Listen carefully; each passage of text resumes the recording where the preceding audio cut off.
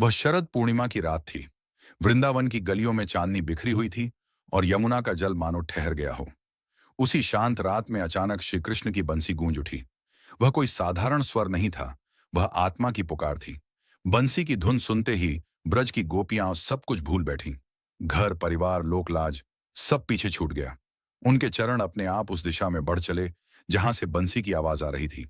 सबसे पहले वहां पहुंची राधा, क्योंकि जहां प्रेम पूर्ण होता है वहां देर नहीं होती। राधा की आंखों में केवल श्री कृष्ण थे और श्री कृष्ण की दृष्टि केवल राधा पर ठहरी थी। जब रास आरंभ हुआ तो वह नृत्य नहीं था, वह आत्मा और परमात्मा का मिलन था। श्री कृष्ण हर गोपी के साथ नृत्य कर रहे थे, फिर भी ऐसा लग रहा था जैसे वे केवल राधा के ही हैं। राधा के मन में क्षण भर को भाव आया, कृष्ण तो मेरे ही हैं। बस वही क्षण था और श्री कृष्ण वहां से अदृश्य हो गए। राधा चौंक उठी, उनका हृदय व्याकुल हो गया, आंखों से अश्रुधारा बहने लगी। उन्होंने पुकारा, हे कृष्ण, बिना आपके यह संसार शून्य है। उसी क्षण राधा को बोध हुआ कि प्रेम में अधिकार नहीं, केवल समर्पण होता है।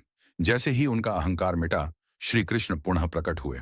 मुस्कुराकर उन्होंने कहा, राधे, जहां पूर्ण समर्पण है वहीं मैं सदा निवास करता हूं। फिर रासलीला पुनः आरंभ हुई। चांदनी और उजली हो गई, यमुना मंद मंद बहने लगी और वृंदावन साक्षी बना उस दिव्य प्रेम का।